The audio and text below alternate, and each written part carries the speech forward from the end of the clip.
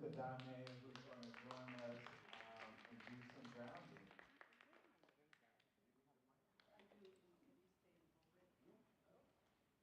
So we're going to make sure everyone is awake and energized and engaged.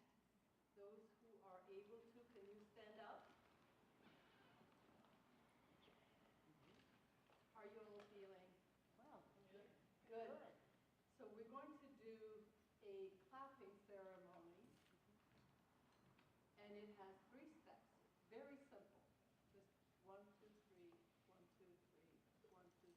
We're going to do that 3 times. And I want you all to join. You know this. Fantastic. All right, so the first, because we came in as individuals from different places, different mindsets, different places where we are, right? And we want to be united. We want to be connected. So the first clap, 1, 2, 3, 1, 2, 3, 1, 2, 3, when we do it jointly, I want you all to look at each other and put your hands straight in front of you like this, towards each other in the whole room, and you're going to make the sound of rain, which also forces us to breathe out and then to take a deep breath again. The second clapping, 1, 2, 3, 1, 2, 3, 1, 2, 3. I want you all to raise your hands as high as you can go, and you make the sound of rain. You're going to be breathing deeply. The last part is 3 claps. We're going to do 1, 2, 3, 1, 2, 3, 1, 2, 3 jointly. And I want you all to put your hands on your chest and make the sound of rain. And exhale. Are we ready? Yeah. Okay, let's do it. 1, 2, 3.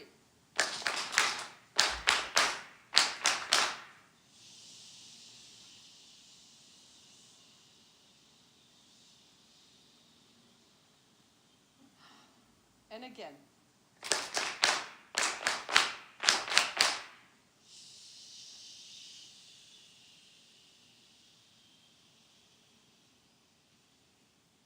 And the last one.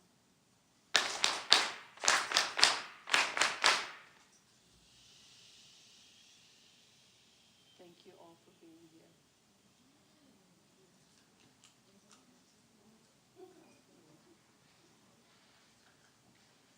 Yes, thank you so much, Nunu, for always keeping us grounded. So I'm so happy to be here today, and this wouldn't be made possible if it weren't for the Way Christian Center, which allowed us to use this space to have this important community discussion. And we have the Justice and Mercy Ministry, who helps bring together events like this and programming for our community. And so I wanted to bring up Sister Helen, who's going to give us a little rundown about the Justice and Mercy Ministry and the Way. Afternoon, everybody. My name is Helen, and I've been attending the Way for 8 or 9 years. Where's Florence? We were in the we're new together zone, so I try to tell from her. But pretty much from the beginning, I've been part of the Justice and Mercy Ministry, and it's been fascinating to kind of watch the different iterations. As those of you, I'm assuming most people here are in the work in one way or another, and we have ridden some waves. And so something I appreciate about the Justice and Mercy Ministry is its ability to navigate and shift to both the needs of members while staying very tightly attuned to the needs of the surrounding community and spaces and where we can best plug in. So over the years, that's looked a lot of different ways. I'm a principal of an elementary school up in Richmond. So like one time it was around a service for our school community, which I really appreciated. So we're able to kind of bring, I think, all parts of things we're part of. A lot of the people in Justice and Mercy Ministry are involved themselves in justice work, either as their full-time full-time job or a huge part of their life. So it's been a great space where all of us bring that together and are therefore strengthened in those different areas together, right? The idea is not that we just create something new off on our own. It's really about how do we activate spaces we already have and continually looking for greater strength, greater alignment, and intentionality. So this church does have an intentionality on being an engine for community in a lot of different ways. So there's a lot of different events that get hosted here. Justice and Mercy Ministry has hosted film screenings and has hosted speakers, including like pastors from Palestine coming and sharing. So those are some of the things that we've done over time. Moving forward, we're really looking forward to deeply aligning with LIVEFREE, which you'll hear more about probably from Sister Teresa. But for instance, this Wednesday, we're having a LIVEFREE dinner. It's part of their movement that they're activating across the nation. But it'll be at 6 o'clock here. All of you are welcome. It will be a dinner and a time really of just building community is a lot of the intentionality, so that then when there is times to activate, there are those strong bonds, right? Sister Teresa can go in a lot more depth, but Justice and Mercy Ministry is really a place for us as members of the church and others who want to be involved in that work to be a conduit, like from these different organizations, to activate here as a denomination. So it is a space also that I would say there's a lot of intentionality due to the work of our leadership team. So Pastor Mike, who is National Director for LIVEFREE, and Pastor Tanisha, who runs a lot of different things through her nonprofit. It's something I would say is embedded in the church DNA. So that's part of what drew me to the way, as somebody who at times in my life has felt like my day-to-day was this one reality, and where I went on Sunday was a different reality, and I had to like turn down parts of that, whether it was the trauma or the hurt or like the passion. That is not the case now. So I'm really grateful for it because like I need spaces in my life to do this for me to feel like whole. So I would say that's the biggest impact of this ministry on me, is I feel stronger in each and every different way that I'm doing justice, whether on like a city task force in Richmond, in my job, or in just my connections with neighbors. I feel like I have an anchor in that work, so. Yeah. Yes, thank you so much, Sister Helen. And so before we move on in the program, I do want to just take the time to thank the organizations that helped partner to make this event possible. So first I want to shout out the Anti-Police Terror Project. Shout out to Refuelway, who's holding it down, representing them. And then we have the Priority Africa Network. Yes, and they have a table over there. Definitely sign up and scan the QR codes. And then we have LIVEFREE, you know, that you'll hear a lot more about them. And then Black Alliance for Just Immigration. And so Nana, who's the executive director, she spoke at our church panel earlier today, and she might be able to come over on the tail end of the event to join the panel. We'll see. And then my organization outside of the Justice and Mercy Ministry is Movement for Black Lives, who is also supporting this conversation. And we're live streaming, so what's up, everyone online? You know, hope you're feeling the community and the love in the space as well. And so with that, I'll actually bring up Sister Teresa, who's with LIVEFREE, and going to give us more grounding and also a land acknowledgement.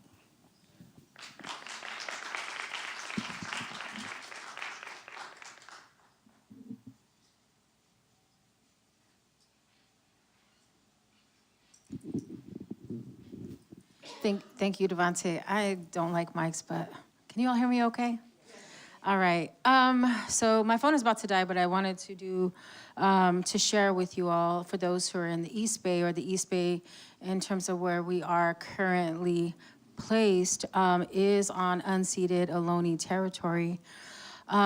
Sometimes with these land acknowledgements, I think for Indigenous people, you know, we feel like, you know, we use the term that around being performative. I know folks and the diaspora also feel about ways that people acknowledge you or the way that they choose to tell your story, right? And so I just wanted to first acknowledge that I am not from the Ohlone tribe. However, I am a detribalized Native person. We call ourselves Genizados from the New Mexico territory throughout the Southwest, and I have family members who have migrated back and forth from California, even as far as the Midwest. And Midwest this way, very similar, right, to the patterns, right, of, what happened with, through even the slave trade, right? And so our migration stories are just really powerful. They're very nuanced. And I just like to say that we're not a monolith, right? So we're not all the same, and we have so many richness and hard things, right, to, I think, wrestle with as we think about our ancestry or our lineage, and especially for those who don't know their lineage, right? So being a Native person on land that we had no access to is a different kind of trauma. I think for folks that, have a perception around Indigenous people and having access to the land, a lot of times we just don't have access to the land, include being homeless on our own lands and watching other people steal it and use our land in our face and deny us our rights, right? So, but what I wanted to do just really quickly is share the story of the Ohlone people from their perspective. And so, as the land acknowledgement, and then I'm going to do a short prayer to acknowledge our hearts and our bodies, because we acknowledge land, but we have to acknowledge the bodies, right, that have been extracted and exploited for Indigenous and also Black people. So if you all just want to close your eyes, because this is the story from their own mouths, and I just wanted us to just visualize it for those who are visual learners, and try to picture yourself based on what they are saying. So the history and territory of the Lejeune Ohlone. The Lejeune people have lived in the territory of Wichin since the beginning of time. The Lejeune people have lived in the East Bay since time immemorial, for thousands of years, hundreds of generations. The Lejeune people have lived on the land that is now known as the East Bay in the San Francisco Bay Area. We did not own the land, we belonged to it. Generation after generation, we cultivated reciprocal relationships with the plants and animal life we shared this place with, and developed beautiful and powerful cultural practices that kept us in balance. The Lejeune are made up of the 7 nations that were directly enslaved at Mission San Jose in Fremont, California, and Mission Dolores in San Francisco, California. Chochenyo Ohlone, Karkin Ohlone, Bay Miwok, Plains Miwok, Delta Yokut, and Patwin. Our territory includes 5 Bay Area counties: Alameda, Contra Costa, Solano, Napa, and San Joaquin. And we are directly tied to the Indian town census of the 1920s and the Verona Band. The colonization of this land began with the reign of terror inflicted by Spanish soldiers and missionaries who sought to convert all Indigenous people into Catholic subjects of Spain and steal their land. The missions were plantations built by slave labor and sustained through brutal physical violence and extractive land practices. The Spanish brought deadly diseases, invasive species, and Christian ideology based on human dominion of the natural world, with devastating consequences for the Lejeune people and all living beings they shared the land with. We have survived over 2 centuries of genocide and colonization during the Spanish, Mexican, and American eras. Today, we continue to inhabit our ancestral homeland, fight for our sacred sites, and revitalize our cultural practices. So I'll just stop there and say, it's important that we tell our stories. And we talk about our culture, our histories, and also our present day, and also dream and imagine what is possible for the future. I'll end by us doing a different type of prayer. I wanted us to, in addition to thinking about the land, thinking about the bodies of Black and Indigenous and other communities who have been exploited on this land. But I wanted you all to think about the church, because we're in the church right now, right? A lot of times we think of the church as the place where the Spirit of God, the Almighty One, lives. But actually, the Spirit of God lives inside of us, okay? So when we come together, right, we're able to connect on a different level. So if you all could just quickly stand, and this will be real quick. So I want you all to put your right hand on your heart. And then I want you to put your left hand on your womb, okay? And I just wanted to let you all know, if you didn't know, that those who identify as male or were born and assigned as male with male anatomy actually have a prostate, which is a reproductive system that gives life. So that means that we all have life inside of us, right? We can talk about the prostate another day. But think about your prostate before it's too late and you have problems with your prostate, just like women focus on their uterus, okay? So, but that's really important, right? Because in the Christian tradition, we say that out of our bellies will flow rivers of living water, right? So let's think about that as you think about your womb or your prostate or this space right here, aligned with your chakras and your heart, because those two things absolutely connect, right? Of course, there's a host of chakras that we're not talking about, but I want you all just to center yourself in this moment as a person, a human that is in the image, was made in the image of God, that was made in the image of Goddess, and that you all, I want you all to focus on a prayer for yourself. We have a tendency to pray a lot for others. We're always thinking about the community, especially those of us in the nonprofit space and, social justice work. But I want you all to center yourself as leaders in this space and partakers who are committed to this long struggle and this arc of justice. That you just pause for a moment, get quiet, tell yourself how much you love yourself, how much you appreciate yourself. Thank your heart, thank your womb, and thank Creator, however you name Creator in your life, and however you believe that you appreciate the manifestation of all that is possible and impossible flowing through you, into you, through you, and outward. And so I just want to say thank you to our Creator, to the universe, to all the life that we have been given responsibility for. And that may we be good stewards. May we all see ourselves as leaders and ministers. I don't care what your title is. I don't care how much you get paid. I don't care even how you think of yourself. We have to change that because every single person matters and we all are all members of one body. So just want to say thank you all for existing and being a part of this space today. And with that, I'll say amen and ashe.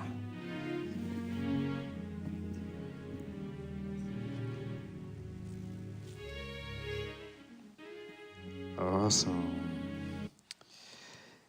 Yes, so now we're going to have our panelists actually come up and we'll get started with the discussion. And our moderator for the panel will be Sister Moni Law, who I had the pleasure of meeting over a decade ago as a student at UC Berkeley, and where you've always been building community and building bridges. So just a lot of gratitude and appreciation to you. Honored to be here.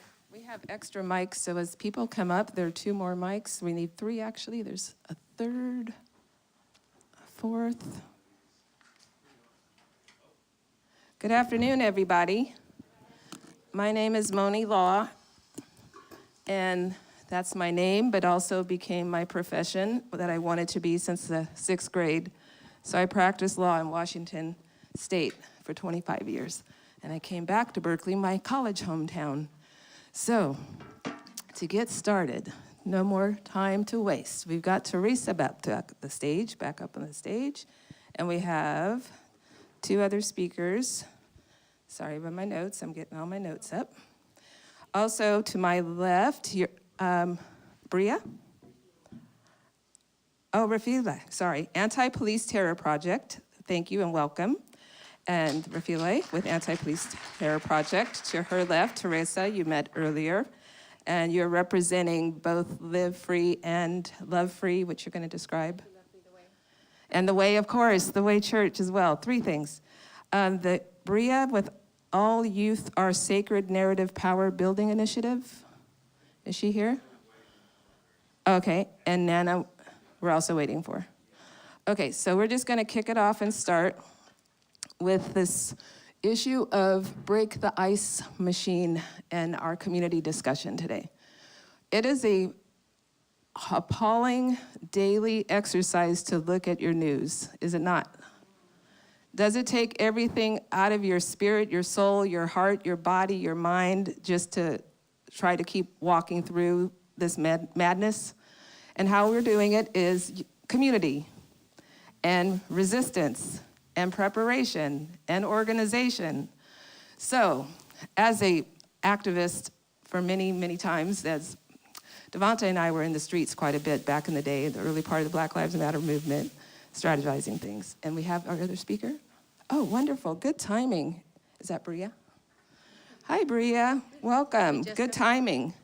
Oh, see, she just made this happen, you see. It was like to make the moment really dramatic. And this is your seat, welcome. We have a water there for everyone. And a mic for everyone. Bria is with All Youth Are Sacred Narrative Power Building Initiative. The title alone has me really intrigued. So we were just saying how the state of the world as it is between us bombing Iran and Gaza and all kinds of madness, that the way we stay together is unity, community building, and resistance. So I just want to start with giving you each sort of the first question. What is it that gives you hope and your work that you're doing through these times of despair, despondency, and negativity? What's your secret sauce, your thoughts, starting from the far left, going to the right? Teresa? Hello, can you hear me? Okay. Yes. Is Coach Mike back there? Yes, he should be in the sound booth. Can you put up the LIVEFREE, just the main website? Yeah, just the front page, the cover page. So, I mean, LIVEFREE, right? We're gonna love, we're gonna live, we're gonna continue to live, and we're gonna love, and we're gonna do it in a way that is responsible and that's abundant and also very inclusive. So, I don't know, I think about Dr. King a lot. When I think about our work with LIVEFREE, we're very serious about our work, and it's also very difficult not to be a part of polarizing conversations or the politics involved with all of it. But because LIVEFREE is national, a lot of our work has actually happened in red states. And so we don't have that luxury, or I don't know, I guess our perception of California being progressive keeps us in a place where we have sort of a false perception of what's real, right? But it depends on where you live in California. And it depends on the neighborhood you live in, because again, it's not the same. So we've had to do a lot of organizing, bipartisan organizing for a long time. And so I think we understand that we cannot work in isolation. You know, we can't work in silos, that we have to build power in the margins. So for us, we're not trying to, we don't want to organize the people already organized, right? And we're not trying to fight for spaces that already exist. Like, there's so many people who are not even a part of the conversation. So with LIVEFREE, we organize, and when we say we organize people, we organize ideas, and we organize resources. And we focus on organizing the margins. So the people that nobody's thinking about. We're talking about young people. We're talking about, you know, the Black immigrant and migrant population. We're talking about building bridges between Black and brown folks. We're talking about, you know, non-binary folks. We're talking about formerly incarcerated folks. You know, we're talking about folks that no one is talking about. And so I think we are now at this moment, and one of my elders actually was Sister Elder Mina and Mama Ayana, who said, these times actually require us to let go of the non-essentials. So sadly, this actually forces us to be a little bit more serious and not take for granted even time. So we have to like really, every moment has to be super precious. So the Love Free campaign, or if you go to the Love Free initiative at the top, oh, sorry. So Live Free, we're in about 10 states across the country, but we really have a network that's pretty massive for the past 15 years, focusing on decarceration, protecting democracy, as well as community violence intervention. And so the Love Free initiative came out of this moment of fascism, and it's an opportunity for us to create real pathways for not just congregations, but all communities to unite in this moment. If you scroll it up just a little bit more. Okay, right here. So these are sort of the 4 pillars of the work, because we say love is an action. It's a choice, it's a daily choice, and it's also an action. If you look at 1 Corinthians chapter 13. But these are the 4 elements of what we're doing. We're the Sunday dinners, and actually they could happen any day of the week. It's just the concept and the cultural sacred gathering and commemoration of us coming together with family, our neighborhoods, which we've oftentimes lost, or we have recently lost connection because of social media and other safety reasons in our neighborhoods. But gatherings just to come together to build authentic relationship. The boot camps are organizing boot camps. All of these are free. The boot camps, we're having them across the region. We're in all 13 economic regions here in California. And so that's around organizing, building narrative power, and we're organizing faith leaders. We work with, just with one of our programs, we work with over 50 nonprofits across the country. A lot of them are legacy organizations. Some of them are small grassroots organizations, doing policy and advocacy as well as direct service work. But really, how do we organize together and mobilize in this moment? And that we were prepared, not just for midterm elections, but we're ready to meet the moment no matter what happens. The process and the relationships are the most important thing. The voter initiative, I think most folks know that right now we are fighting for our voting rights. We have been for quite a while, right? And so the SAVE Act is just one example of voter suppression and us, the attempt to take our voices at the polls. And so we need to save our ability to vote. And so we're going to be doing drives everywhere, not here at the Way, in any organization that's interested. How do we come together to do voter registration as well as get out the vote? And then the church is mostly for faith leaders of any faith tradition, spiritual leaders coming together once a month from across the country to share what's working, to talk about what's at hand, and then to build power together. So that's a little bit of how we're meeting this moment. So does everybody feel more hopeful already for all that work? Okay, so we're just gonna snap it up for all the work of Live Free. Next, we're gonna have Rafili with Anti-Police Terror Project. What gives you hope in the work that you're doing right now? Hello. Yes. Yes. Good afternoon, y'all. I'm filled with a lot of hope because of this deep organizing happening in all facets of our community, bridging coalitions, right? That right now we're in a room where faith leaders and church community from across the Bay Area are talking to folks from the Anti-Police Terror Project, supporting families deeply impacted. You talked about organizing folks on the margins, right? Folks that are forgotten about, folks most vulnerable to the state and state violence in this time, like our young people who are continuously divested from at every budget, from the Oakland Unified School District to our Oakland City Council, divesting from the culture keepers and folks who do violence prevention work, all of the prevention, getting at the root causes, supporting young people in their social issues and giving them third spaces.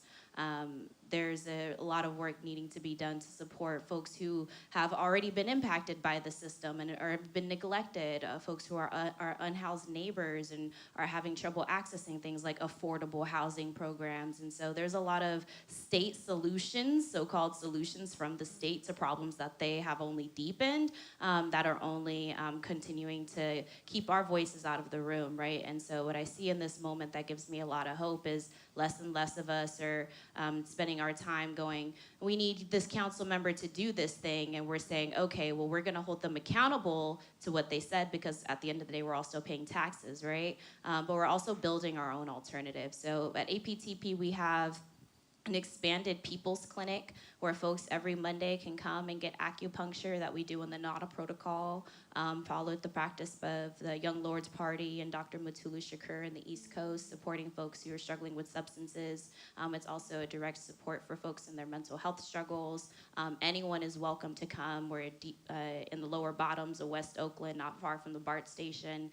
Whenever the doors open, our neighbors know that they can come in as respite, grab some tea, learn about the programs. Our clinic is expanding to now be open every Wednesday as well from 4 to 7, and every other Friday we have a full clinic where, in addition to the acupuncture, folks can receive body work, look at our Chinese medicine cabinet, which on Thursdays folks are able to just even call in to do virtual consultation, to express what you might be feeling and experiencing in your body that you want an alternative health practitioner to give some feedback on, to give you some peer navigation, even if you're gonna, go about your own insurance system and medical practice. At least you have a community ear and voice that can say, okay, well, here's a lot of other ways we've addressed that issue, or here's some resources in the community that you may not have been familiar with that can address that issue, as we build our own partnerships with folks like Roots Health Clinic and Baywell, and are even bringing in folks from Kaiser who weren't able to access their acupuncture in the clinic, and are supporting folks like the Macro program, who we advocated for in the city of Oakland to be non-police mental health crisis response. And so now we have our city resources going to a program, and also still have our community alternative, our mental health crisis line at APTP that folks are able to call Wednesday through Sunday from 8 to midnight, that does not engage police. We train people in having mental health crisis response tools, both so you can support us and become a member of the organization, and that could be the work that you do as a member, and also just to take that into your community, right? So that we're more skilled in supporting and resourcing each other. That's another thing that's given me a lot of hope in this moment, is our deep investment in political education, that there's more and more spaces where people across political spectrum and involvement are able to plug in. In our Oakland People's Assemblies that we've just launched, we had a community member come talk about how they were learning about the word politicized for the first time, and what process they were actively inside of, and that they heard Cat Brooks talk at the march and just decided to walk over and had no idea what they were getting themselves into. So, there's a lot of, I think sometimes when you've been in movement for years and you see kind of the arc of this election, and then there's the internal factions that can develop because we're deeply traumatized people that are trying to challenge a system which continues to further traumatize us, that there can be a lot of hurt in that. But I'm seeing that there's this season of repair, where folks who are willing to be in a room with folks that they haven't been in a room with for a while, and not on like a insincere kind of, or like playing nice. This is the Bay and we in the town, so I don't know that any of us really built that way anyway, So if we're in the room and really deciding to rock with each other, that is from a material struggle investment that is coming from a real place in the heart, that we're willing to have the hard conversation. So I'm really excited about this era of reclaiming what it means to be in the Bay, in the town, having town-based solutions, because our issues aren't just at the federal level with who's in the White House. We got people in our city council seats that we really need to talk about together. So I'm really appreciative of the invitation to be in this space. This has given me a lot of hope. Thank you. Who has more hope now after this second speaker? My goodness, I'm all fired up and ready to go. Who said that before? Barack Obama used to say that. Next up, we have Nana. Bria. Oh, I jumped one too far. Sorry. Bria with All Youth Are Sacred. I love the title of your group. All Youth Are Sacred, Narrative Power Building Initiative. Tell us about that and how you find your hope in the work you're doing. Hi, my name is Bria. I use she, her pronouns. I am a youth organizer, student, and poet, and I'm the program coordinator for All Youth Are Sacred. All Youth Are Sacred is a statewide narrative power building initiative that works to change the way we talk about and approach youth justice and youth incarceration by equipping systems impacted, formerly incarcerated, and trauma impacted young people with the skills and platform to tell their stories and make policy change and community action. So currently, what we are doing is politically on the state level is we are advocating for AB 1886 to end endless probation for all youth. So essentially that would make it so that there's a cap on how long a young person can be on probation, and it's the judge's burden to decide whether or not a young person should have an extended probation, instead of what's currently happening, which is a lot of young people were just on probation for extended periods of time, not being checked in with their probation officers, and then also recidivizing because they would break their conditions. And so with this bill, we passed AB 1376, which is end endless probation. And so that made it so that there were individualized conditions. That made it so there is a 12-month cap. We were aiming for 6, but we got 12. There's a 12-month cap, and the young person's probation has to end by that 12 months. And if they do need an extended probation, that has to be another court hearing, and the prosecution and the judge have to decide why that is.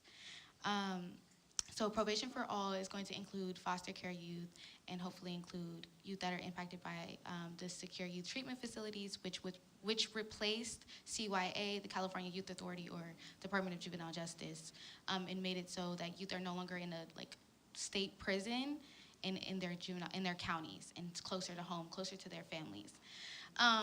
And so I feel like seeing the challenges that we've faced in 1376 with 1886 coming up, we've barely started the cycle and it's already some pushback.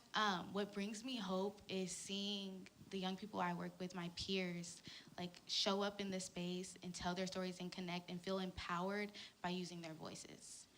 And so while I love the policy work because I like learning about all this stuff, I also feel like our retreat spaces, our circles, our events, we have a traveling exhibit where we showcase the 152-year long history of California's youth justice system. And it shows the facilities. Some people have donated pictures from their experiences so it can show their stories. And it's a traveling exhibit, so we've done one in Sacramento, Oakland, Riverside, Fresno. I feel like I'm missing one. Salinas. We've done 5 in the last 2 years. And seeing each community come together and show up and learn about what's going on in the system and what's impacting their children, even if they didn't even know about it. You don't learn about this stuff unless your kid is impacted by the system. And even then, there's so many moving parts that it's so much going on at once, and it's sometimes too hard to handle. And so this gives the opportunity for the community to learn about it, what's going on in their counties, and take action in their counties. And then I've also gotten to enjoy so many different subcultures of California because of that. Where are you actually headquartered, or your offices located? So our office is currently located in Oakland, and most of our staff team is located in the Bay Area, Oakland, San Leandro, and Concord. And then we have another staff, our narrative organizer lead, who is located in, not Riverside, in the IE. And you have a mental health component, I assume, too, your we try therapy? peer counseling, essentially, and then we open up the space to Native and Indigenous healing practices. We invite our young people to practice different creative tools. We have a sacred storytelling booklet we have, and it explains what is narrative power building, and then also gives folks an opportunity to understand how can you use this with your life, but also using art. How can you amplify your sanctity?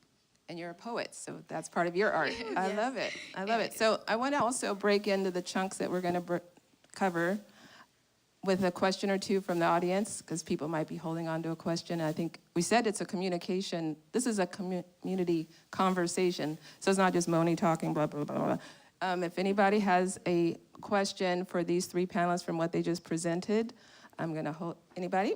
If you don't, we can go to the next question. Anybody? I don't think I need a mic. I do. Okay. For all of you, either whoever wants to answer, for somebody that's in nonprofit that wants to get involved in any of your organizations, how could we volunteer, and what would be the best impact that would help you. Okay, I'll start real quick.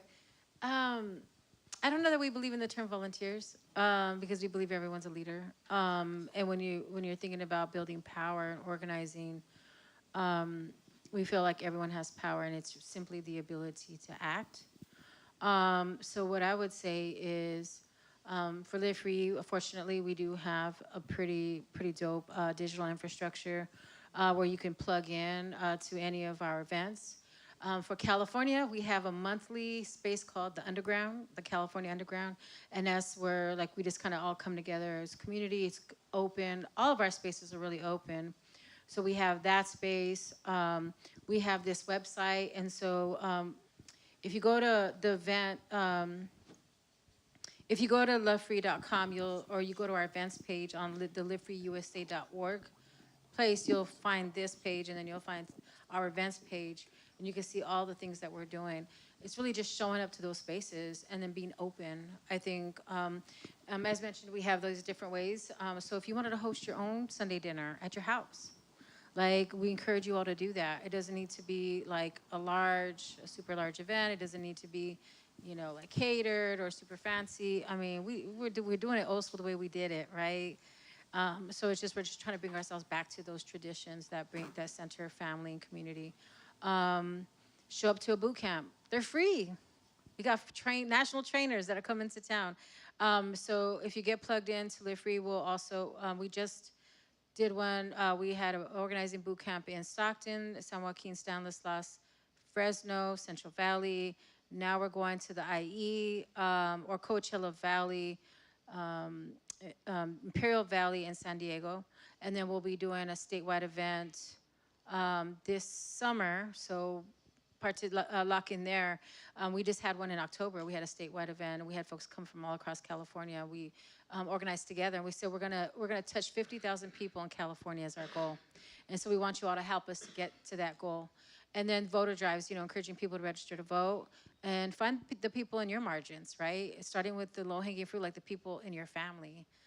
So it's more about also what you're doing in community, and then just showing up to our events, because our events are all about how do we help you build power in your community, give you the tools you need. And then of course, there's opportunities to get resourced for some of this work as well. So that's just a few ways. How about you, Rafilwe? Yeah, I appreciate that you opened with challenging the notion of volunteerism, especially when we're talking about organizing and building power. APTP for a long time was this grassroots volunteer run driven organization that went through a number of transformations, and as a Black-led organization in this moment really recognized the need to have a deep political education curriculum and a membership, that we had to identify who our base was, because with the way that we define state violence, right, it's the folks who've lost their loved ones to the police, and in the jail system it's the state killing us, but it's also the carceral systems within our school that I spoke to, the school to prison to deportation pipeline that's developing. It's also, Black women dying at higher rates in the medical system because of medical neglect and the harms that happen there as well. It's the rampant houselessness crisis in California that makes no sense, because we have the buildings, we've got the money, and then we've got this crisis of service providers and the privatizing of state social work and care that's only continuing to harm us. So we went through this period of we're kind of everywhere, working with everybody, but we can't be for everybody doing everything all the time. And so I'm really excited that we've launched this year a membership pipeline that gives folks a way to be committed to our organizational politic and values, and we get to know you when you get to know us. And then from there, there's so many ways to plug in. We have a jail support committee where folks go to Santa Rita Fridays and do mutual aid, connecting with the folks coming out. There's a bunch of organizations, so that's even a collaborative project where folks from Roots have a van, so they're able to give people travel support. We're there, with some jackets and hoodies and coffee and some pizza, and we're saying you want to come to the clinic after and get to know our community, because you don't got to come out of this alone. We have folks who are doing deep policy work, right? Oh my God, I'm going to have an organizer talk about the policy. But if you want to talk about the policy work, there's people who would be happy to talk to you about all the policy work. There's so much policy work, but we got a committee that do that too, right? You could help us do outreach, right? Get to know our local committee, hit the doors with me. You know, we in the West, like I said, we have a housing project right across the street from us called Campbell Village, that we get to know our neighbors pretty regularly there, as well as, you know, different tabling opportunities. The universities are asking us to come and say hi, and so we need some capacity to go tell all the people hello and to bring them in, because there's a lot of work to do, right? I was telling Kat last year, I was like, man, there's a lot of, she's like, well, it's kind of your job to make sure we bring on the people to help us do all that good work, right? And so please do that. Join me. We have a monthly general meeting where we, you know, tell everybody what we're up to. I'll probably report back on this and be like, hey, we're talking to our good friends at Live Free about you know, and then they say, oh, I like that. I want to tap in. I want to have a conversation. We built a lot of great partnership. I recognize some faces in the room because we have a member of APTP who's a member of the Social Justice Ministries at Amani Church and have been, you know, attending and supporting the work for a while. And it finally came to a place where they were thinking about community defense and safety planning in this particular moment with the siege of federal agencies across the board in our communities. And so we did a Know Your Rights training where they gave me this cute little Faith Not Fear orange t-shirt. So I feel part of the club here. So there is, you know, folks who have a political home or a church home, and you can still find a way to get involved. I think there's a great spectrum of what you have capacity for. If you're a part of an organization, we have a lot of coalitions as well. Last year, we started in a partnership with a number of folks in this room, the Black Power Trumps Fascism Formation, where we've been thinking about how do we center and uplift Black migrants in this moment and where they're being erased in the national conversation. And actually, and shout out to Baji for the long time work they've been doing at this intersection of crimmigration, educating people about the criminal and justice system and immigration and how these same systems, right? We talk about abolish police, right? And you emphasize the ICE and the police, like they're the same thing, especially as a Black migrant. Growing up undocumented and largely unhoused in the Bay Area, like moments like this are really healing for me, because where were these rooms, right, for the young Black undocumented person who didn't have anyone speaking to them, who was going from houseless program to houseless program because your mom doesn't have the papers to get the job opportunity that they're telling you that you need to get. So understanding those gaps in support and even in organizing, right? Like there's a lot of nonprofits in the Bay. A lot of nonprofits in the Bay. We're a base building organization. We're a mission-driven organization. So we're not gonna be just reacting to things, right? We're spent a lot of time thinking about what is the strategic intervention necessary in this moment, and are inviting our community to be thought partners, because we're also saying, hey, there's a lot of organizational history and knowledge about what we could and should do, reimagining public safety, you know, that is a big understanding of our work, but also we're opening up these Oakland People's Assemblies where people from across political spectrum are being asked to come together and develop some shared principles of engagement. Well, if you an anarchist in the Bay, if you a Pan-Africanist in the Bay, if you a young person in the Bay, how are we in our respective spaces gonna meet each other with respect and build towards a collective future where, as Kat would say, we're not just getting through this moment, but we've got something built that's better on the other side of it. So please join our membership, come to our general meetings, come to the Oakland People's Assemblies. We could talk about coalition opportunities if you wanna get involved from your organizational standpoint. I'm happy to say there's a lot of ways to get involved. Thank you so much for all of that. And the last, as to your prescription for people getting plugged in, what would you suggest? So All Youth Are Sacred is a part of the California Alliance for Youth and Community Justice. And every other Friday we have our Respect Calls, which originally started as a secure youth treatment facility monitoring space for folks in their counties to say what's going on in their juvenile halls, what's going on in their treatment facilities, and how can we mobilize statewide to help each other out. So that, for one, is I think the best space for getting in touch with other organizations and learning about us as a whole, because our organization is a capacity building one. We support and try to fill in the gaps and tell the stories that are missing. The rest of our staff team is impacted by migration. I'm the Black staff member, and my family has been impacted by police violence and state violence. And so we have those conversations about how can we address the issue of criminalization and understand that criminalization is a human rights issue. And also crimmigration is an attack on those rights as well. And it affects us all. Because when you criminalize someone for doing something that is natural for humans. We're nomads, we travel. You're taking away their humanity, and how can we make sure that we're invoking our sanctity and reminding each other of our humanity, treating all youth with love, guidance, and care.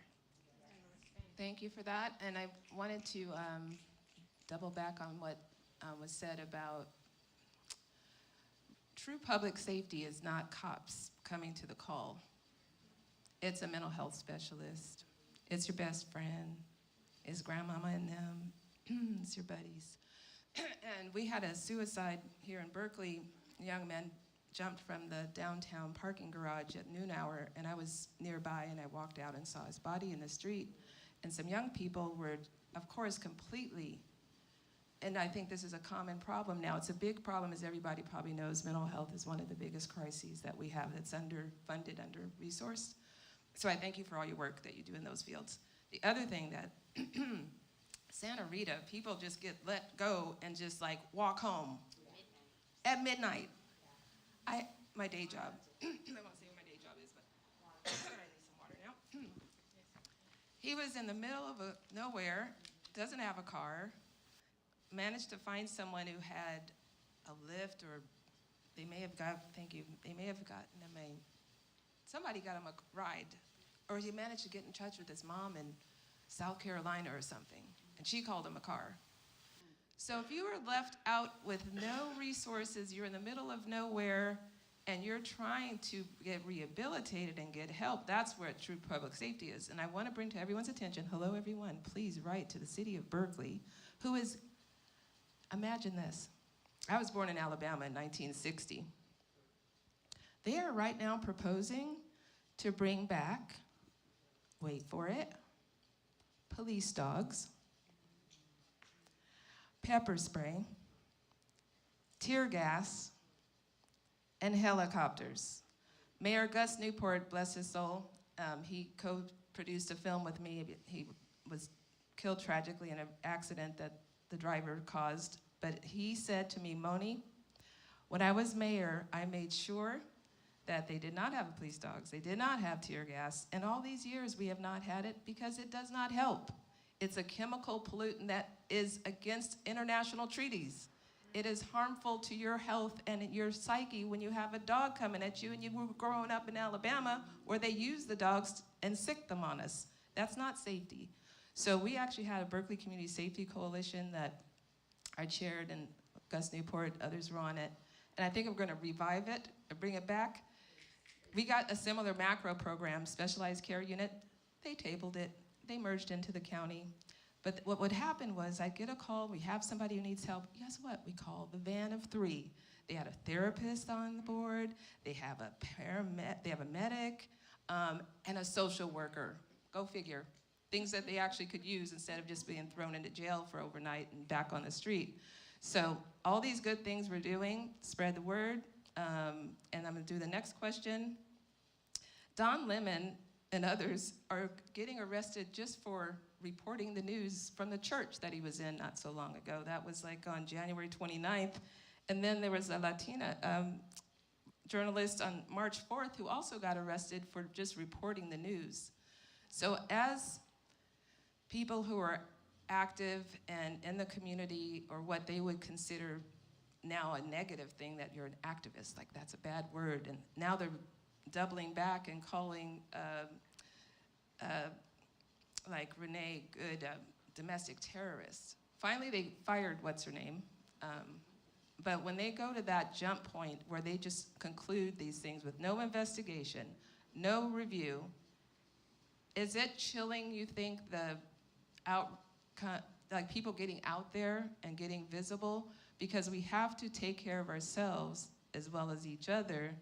And is it a higher risk activity, as it was back in the 60s anyway? When my granddaddy in Mississippi was doing work, you know, there was a Ku Klux Klan active every night, killing people, lynching and other things. Jim Crow's not that long ago. So what risks are there now that you see, and how would you recommend that we navigate around those danger fields that we're walking through at this time? I'll share something, and I'm sure that you know, my comrades over here have a lot to contribute. But one of the biggest issues right now is, this information age that we're in, right? And who owns the narrative. And this has been forever, like even, during, sort of the Nazi regime. But it has always been important to control the narrative and to control media. So that way, you're able to lie, right? So about what is really happening, right? So there's a lot of gaslighting that's happening in the age of social media and even AI. Like folks are in an, have a lot of apathy, right, around what's happening. They don't trust any parties, right, politically. They don't know who to believe. There's so much information, the saturation of information that, there's not even that many media literacy groups. I mean, like, and I work across multiple states. There's just not a lot of like media literacy groups, and even especially in the schools that are actually teaching young people and adults alike, right, how to sort through information, and not just sort through information, understand what's real and what's not real, and do their own research, but also to be the creators and the curators of, information. And a lot of that is being controlled by money, right? And so it's all about money at the end of the day, and who's in terms of, monopolizing spaces that actually do, like whether it's, the newspapers, whether it's the news stations, right? So, there's an intentional control, and we have to caution ourselves. And there's a lot of world leaders who have actually been fascist leaders who have said that one of their top like 3 goals is to control the media, because you could control that flow of information, then you're able to, sort of dictate what people hear. And so what's actually happening on the ground versus what you're seeing may be completely different. So I think that's why that's happening, and that's why we gotta focus on the narrative, and also speaking the language of our people. I think that's the other piece too. We need to talk to everyday folks. We need to be able to communicate in a language that everyday folks understand. So a lot of times, like you were saying, we get stuck with these. We talk a lot about these terms, especially in the nonprofit sector, and I'll say in California, a lot of the words we use in California, people in the Midwest do not understand these terms. And we wonder why people are on a different different side of the political spectrum. They're just not there yet. And so that's why we have such huge binaries, right, between, and it's not that like people aren't ready, it's just that nobody's really taking the time to educate them. So it's just not the same. I know Sister Florence and I have had these conversations, her son being in Ohio, and I have my daughter and granddaughter in Ohio, and the way people are talking in Ohio are not the same as California in the language that is used. So we have to know our audience. We have to create language that's accessible in a very, very real way. Understand that not everybody has, good access to the internet. And it's not just young people. We have a senior population, an elder population that doesn't understand how to sift through that information either. They don't even know what's going on the news. They believe everything that they see. And so we have an education issue, right? There's public education, political education, and then the information literacy, which is, as much as some of us who are, a little bit more seasoned in years want to deny it, but like my children, actually their first language was technology. So, and my youngest daughter, who's 26, she actually learned how to be on the computer before they taught her how to write. That was in 2nd grade. They stopped teaching handwriting. So I'm just saying, like, we cannot avoid media. We cannot avoid the information age. We have to lean into it and do it in a way that's responsible and respectful, and being understanding, not shaming people around it either. So we're wrapping really quick. If you could do the same answer to the last question. I mean, for sure, just +1. So much of what you shared, I love that their first language was technology. That's so real. I have a 13-year-old little sister, and yeah, she was picking the pictures on the YouTube before she was making full sentences. Yo, Yeah, I guess what I'll say is narrative strategies are very important. We have to tell our own stories, right? We absolutely cannot rely on somebody else to tell our own story. The one thing that's helpful about social media or these like camera devices, video devices being so accessible is that you could sit your grandma down right now and get the family archive. You know what I mean? Like you go to the public library, they'll help you figure out your genealogy, right? Like you could been on the block for 10 years, you know that house used to be something else. When I first did canvassing around the people's house, the neighbors were like, oh, in this old building, there used to be this elderly couple back in the day. They would help out the community. So we're really glad it became that again, because then it was a liquor store. And then, like they knew the whole thing. They were like, oh, over there, they used to do the gardening. And sis over there, they did this. And, that used to be over there. And I'm over from the East. So I'm like, I'm from the East. And they're like, oh, yeah, we had a whole movement from the East at some point because blah, blah, blah, blah. So auntie over there actually from, So there's just so much of our own history and our culture that we possess individually, what you were saying about like, we're all that leader inside of us, that student teacher, if you will. And so feeling empowered enough to take telling your story in your own hand. The young people got it right because they got the zines, you know what I mean? Like they've got all types of multimedia ways of getting really engaged and quick too, right? Like you said about the shaming. Yeah, maybe our attention spans aren't what they used to be. You know what I mean? Like maybe I can't do a novel right now, but I could do a quick little zine, and then I'm interested enough to maybe read a novel or do an audiobook.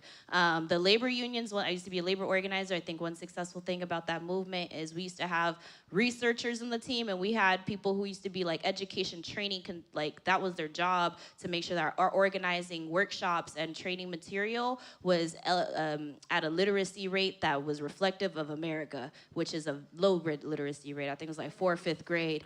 It's at 5th now. It went up.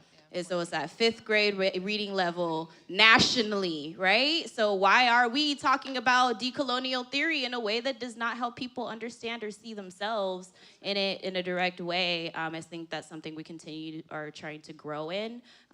Bring back pirate radio, you know what I mean? Like there's so many things that I think I'm actively skill building even now because of all the things that were shared before. Thank you. And we'll end with you. Yeah, I would say media is like, just to echo what you all have already said, engaging with your media and making sure that your media is one that is true to what's actually going on, I've seen like right-wing propaganda pop up, and I'm like, if I actually hate like this, it's gonna keep popping up, and I'm not gonna let you indoctrinate me.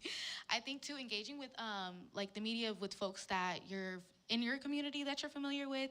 All Youth Are Sacred, we have an Instagram, we have a TikTok, and that's where we do a lot of like our like announcements, like messaging, because we know that so many young people are on Instagram.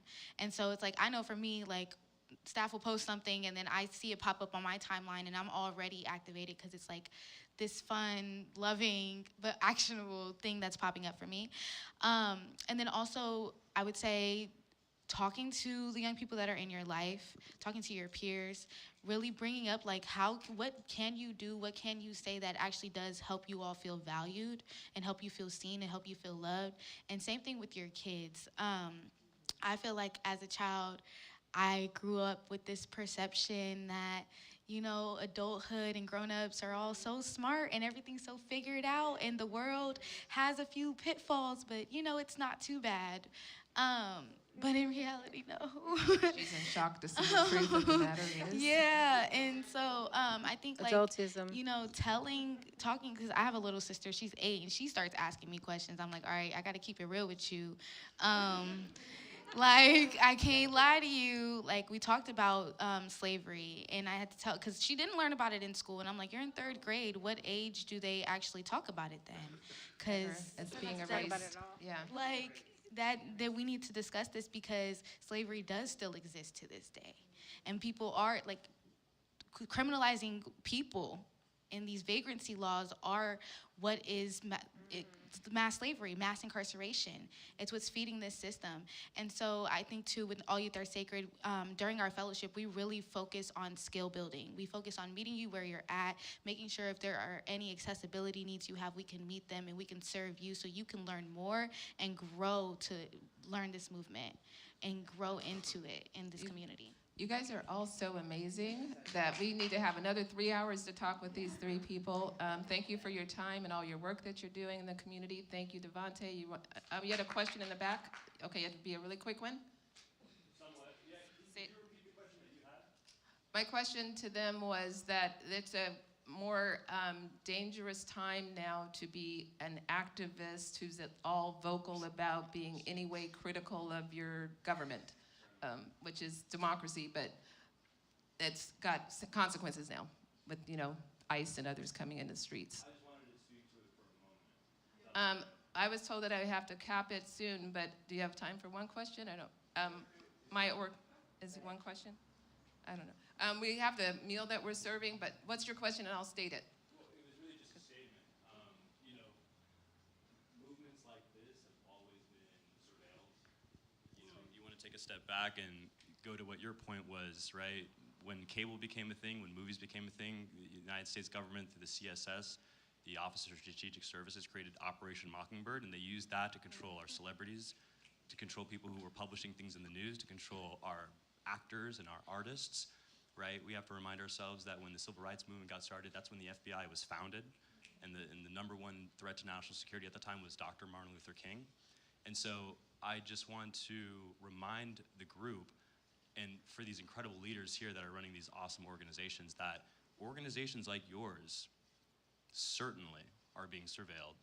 Organizations like yours, certainly the federal government and the surrogates that they have below them are going to try to thwart your efforts, because what you're accomplishing on a grassroots level is such impactful, such important work. And I just wanted to reiterate that point, because my concern coming into this conversation is that the work we do is one thing, but the way that we insulate ourselves, the way that we protect ourselves, the way that we mitigate our exposure, especially for those that are the well-intentioned kind of volunteers, or I should say leaders that are supporting those efforts, I think we got to think about that. That's right. And I'm actually, thank you for saying that. We have a bunch of, women on this panel, a lot of women who are organizing, self-identified, also people that are non-binary. But I would say that we do need to be thinking about protection, right? And just this week, I don't know if you all saw it on the news, and it depends on your algorithms. It depends on who you're following, right? You might have not even seen it at all, but OpenAI, right, has sold out. We already knew that was going to happen. So ChatGPT is now, has been completely sold out. Anthropic tried to resist, and they might eventually end up selling out. But ChatGPT is not safe. We've been on Facebook. No one ever got off Facebook. Facebook has not been safe. Meta's not safe. And so a lot of us, we say, that we got to think radically. We got to be really safe. But we are still, towing the line in a lot of ways and being really risky in a lot of the ways that we are organizing. But part of it, too, is we got to go where the people are at, right? And so we cannot avoid, right, not taking the risk. But I appreciate you highlighting that, because it is real and we're being infiltrated. Obviously we don't know, and we're always trying to figure those things out, but cybersecurity is a whole nother thing. Most grassroots organizations do not have the financial resources or infrastructure to really think about what does cybersecurity look like? Do we have a crisis plan in place? We get attacked by the narratives, all these false narratives, so you really don't even know who it's gonna be, right? It might be some bot, but it's a wholly different, it's super critical that you brought that up. Bots, they're online right now.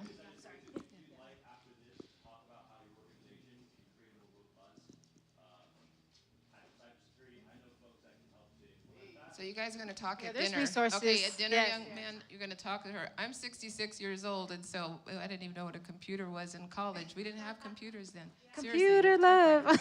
On the topic of We surveillance, knew about Zap. I also just really want to quickly plug, we're having a town hall, APTP, and a number of our partners on the 15th, Sunday, March 15th, from 1 to 4 p.m. at the Oscar Grant Youth Empowerment Zone, which is right near Fruitville BART Station. It's a building by the Communities United for Restorative Justice. It's a Stop Cop City, Stop Surveillance town hall to talk about some of the surveillance technologies in our city, like the flock cameras that we were fighting in Oakland and that are, all around in the Bay Area. So yes, let's continue the conversation today and come through to the town hall from 1 to 4 next Sunday at the Oscar Grant Youth Empowerment Zone.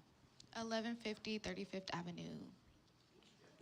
And thank you, everybody, for your time. We're having a meal that's being served, courtesy of a local restaurant. I think that's where I had my birthday party. Yes. So first of all, let's give a round of applause for this amazing panel. Thank y'all so much. Yes, standing ovation. We love it. Yes. Um, and so we do have some food prepared by T'Chaka, which is a Haitian restaurant. You know, they got some rice and some jerk chicken and stuff, some plantains. So that's gonna be delicious. But before we get to that, I did want to highlight the STOP framework and the Break the Ice Machine operation. And so if you actually go to wemakethemstop.org, yeah, if we could like space it out a little bit. Yeah, give it up to the panel again. Thank y'all. So the STOP framework is titled Stop Taking Our People. It's a framework introduced by the Black Alliance for Just Immigration to really talk about this political moment we find ourselves in. How many of y'all have seen the ICE raids happening? We've seen the murders of Alex Pretty in Minneapolis, the murders of Keith Porter Jr. in Los Angeles, of Renee Good in Minneapolis.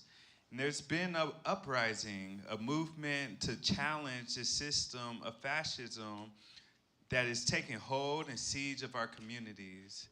And so we thought it was important for us to actually come together as a community to resist what we anticipate to be coming back to Oakland, back to the Bay Area, back to California. And so we want to build a movement to challenge that. And so we're operating within this STOP framework, and there's values at the bottom that I really want us to see. So if you scroll down a little bit, there's a pledge folks can take. It talks about why stop and why now. But here's the core values at the bottom here that really is important for us to lift up. And so one thing is anti-Blackness is the engine that is facilitating these sieges in our communities, these raids that are happening. As Black folks in this country, we know very well what it means to be taken and stolen away from our people, to be kidnapped. And so we also understand that, and Nana named this at church earlier, you can't spell police without spelling ICE.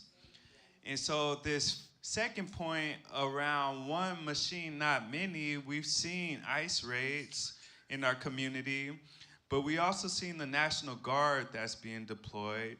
We've seen the FBI who has been deployed. They even named that the IRS got a police system that they've been deploying. And they're all operating to facilitate these sieges in our community. And so it's important for us to not silo it, to understand that this is one machine that is rooted in anti-Blackness, and that this is also an issue of crimigation. You know, really thinking about the intersections of historic criminalization of Black communities and how that's connected to the mass detentions and deportations of immigrant communities. And so we're really taking this framework to build a statewide and even a national movement to challenge the growing fascism and authoritarianism in our communities. We see that this is an operation to increase social control of our communities. And it's important for us to take a stand. And so the point 3 is also around the body snatchers don't care about borders. And so it's important for us to make all these connections to understand that this is not just about criminalizing our folks and jailing and detaining them, but it's about this overall empire this empire that forces us to think about our neighbors as outsiders. And divest, invest is a strategy, not rhetoric. So there's folks who have been for years talking about let's divest from systems of policing, let's divest from punishment and harm and trauma-informed policing and invest in communities in ways that make us thrive. And so with this framework, we're actually gearing up to do statewide action. And so I'm part of a core group of folks with the Priority Africa Network, with LIVEFREE, who is planning to do a statewide action. So this is just a beginning discussion to build momentum to greater action. And I'm also in conversation with the Anti-Police Terror Project, who is building up to an action to challenge the ICE machine. And so one of the pieces around the ICE machine and how ICE is able to facilitate these raids is a hospitality industry. So Hilton is one of the targets of our campaign because they have actually worked with ICE to house them as they are being deployed across the country. And so we're trying to make some good trouble, you know, to put them on notice that we won't actually stand for the criminalization of our communities, for the raids and things. And so this website really breaks down what we're trying to do, what we're aiming for. We're building up to statewide action so that we take a stance as California to let them know that we're actually going to build community and strengthen our ability to challenge these raids, challenge the deployment of National Guards, and overall challenge the militarism of our communities. So we would love for you to stay in touch. You know, this is, again, a beginning conversation, but we're gonna take this to the streets. We're gonna be marching, we're gonna be having press conferences, we're gonna be doing coordinated actions across the state, and hopefully even bubbling into a national movement. And so just definitely start by taking this pledge, but we'll keep in touch around more coordinated action that'll be coming. Yep. Devontae, I didn't get a chance to mention this to the panel, but you know, you all talked about how ICE is an extension of policing. And so one of the things that they've been doing in the Homeland Department of Security, they have been recruiting local police officers in order to be ICE agents and all these things. And so there's a bill in right now that Isaac Bryant is written, and it's called, it's AB 1537, and it's called, it's to prohibit local law enforcement officers from taking overtime with ICE, because they are doing it, right? And so these are other measures that we're fighting through legislation as well. And it's been happening. They're recruiting, and local, I think Antioch had people become ICE agents doing like overtime work for them. So AB 1537, you know, keep that in your mind. Support letters that needed to go out to get it through, to get it passed, to get it on the governor's desk, and to get it signed. Yes, we got the right people in the room. Thank you for that. Yes. In the last moment here, we're going to give Nunu a chance to close us out. And then we got that, I smell the food. You know, I'm ready for it. I'm ready for it. And so also, we want to take some pictures. So if y'all don't mind, we would love to have a moment where we just gather, maybe around the stage, to take a picture before we eat. Thank you, Devontae. At the beginning, I failed in a couple of ways. One, I was supposed to introduce Devontae, and I want to take a moment to do that. I met Devontae when he was a student at UC Berkeley. He must have been 20, something like that. So we've been working together for many years. When Devontae initially introduced me, he said, I have retired. And it has been an incredible honor for me to continue to see the work that young people like Devontae and Bria are doing that give people like me a chance to say, we've done the work, we continue to be part of the work, but it gives me incredible confidence to see the work continue with you. So thank you, Devontae. Can we give him a round of applause? He organized this. The second part is that today is International Women's Day. And there was some intention in planning the entire panelists to be women, because we know the history that has gotten us to this level. So we just wanted to acknowledge that this is a special day. The last thing I want to say is to kind of touch on what you spoke about, Devontae. To be Black and immigrant in this particular moment, I've been in this country about 40-something years. I have children and I have grandchildren. And to experience what we're going through as a Black woman, as a migrant, brings a lot of emotions, insecurity for myself, for my children, for my grandchildren, in thinking, what has happened to bring us to this level? But more importantly, how the hell do we all come to join the movement that resists it? So a lot of the panelists have said what needs to be said. I will not add to it, but thank you so much for the words of wisdom. But this is exactly the kind of support that we need as Black people and as immigrants in this particular moment. So thank you all for coming and for all the organizing. Thank you. All right, cool. So, Can we finish with the clapping? Because oh I yes. don't know about you, but I'm holding a lot from everything that was shared.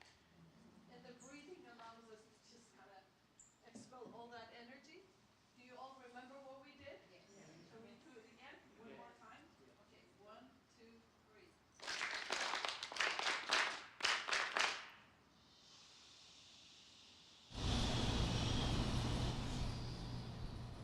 Again.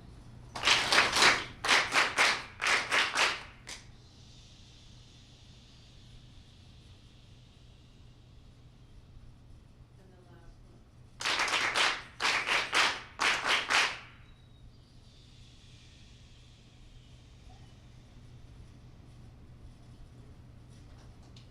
Group photo.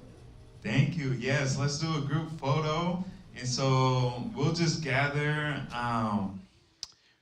right in front of here. You know, we'll get the poster in the background. Yeah, Minister Mike, you know, if you could take the picture for us, that would be great.